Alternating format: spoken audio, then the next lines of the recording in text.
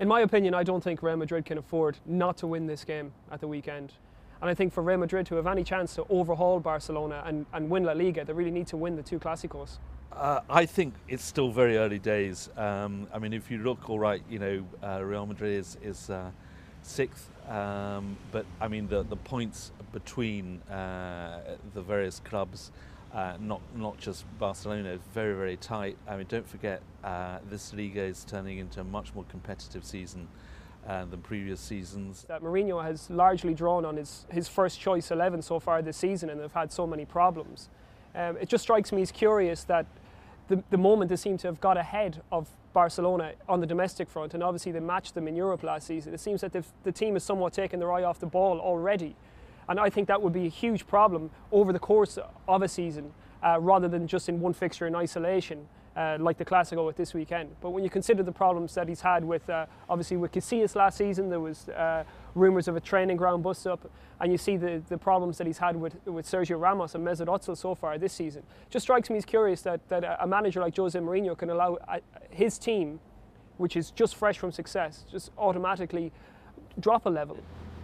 One of the biggest characteristics and strengths of Jose Mourinho is that they say that he kept the teams together very well.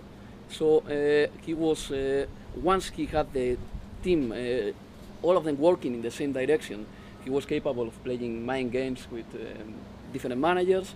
He was spicing up some important games, like this in the Barcelona game. But now, apparently, Jose Mourinho doesn't have such a peace inside the team. Apparently, there are several players that revolt against his power. You know, this game is taking place in the middle of a major political row, with the Catalans pressing for independence. They've announced they're going to have a referendum on independence.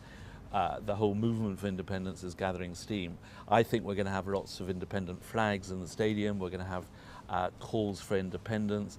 And Barca, I think there's going to be an element of Barca that's going to be motivated by that, but it's also going to motivate Real Madrid, because, you know, this is not just going to be a little tug of war. This is going to be a battle for the hearts and minds of Spain. Barcelona players, they prefer many ways a quiet game and to play their football. It doesn't go with them an overexcitement, like playing the game as if were the last minute, from the minute 1 to the minute 90. I think that is not going to help in many ways. Well, I disagree. I think the atmosphere is going to be so explosive. So, I mean, even by Camp Nou standards, you know, I mean, it's going to be not only bubbling but bubbling over. Is it good for football? Well, I think it is, because, I mean, you know, they're going to go out there and sweat their shirt, quite frankly, and both sides are.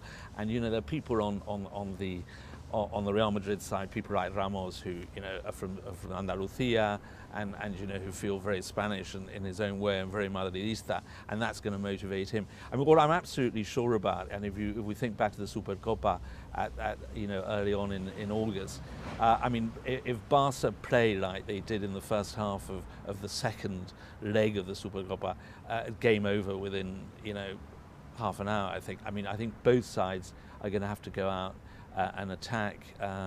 You know, I can't see either side affording to sort of play a defensive game. And I think that, you know, from watching Real Madrid recently and watching Barca recently, Barca's got a real tough game on its hands, and Tito's got his biggest challenge of the season. It's going to be a very tough match for Barca, this, and I'd be surprised if they can clinch it.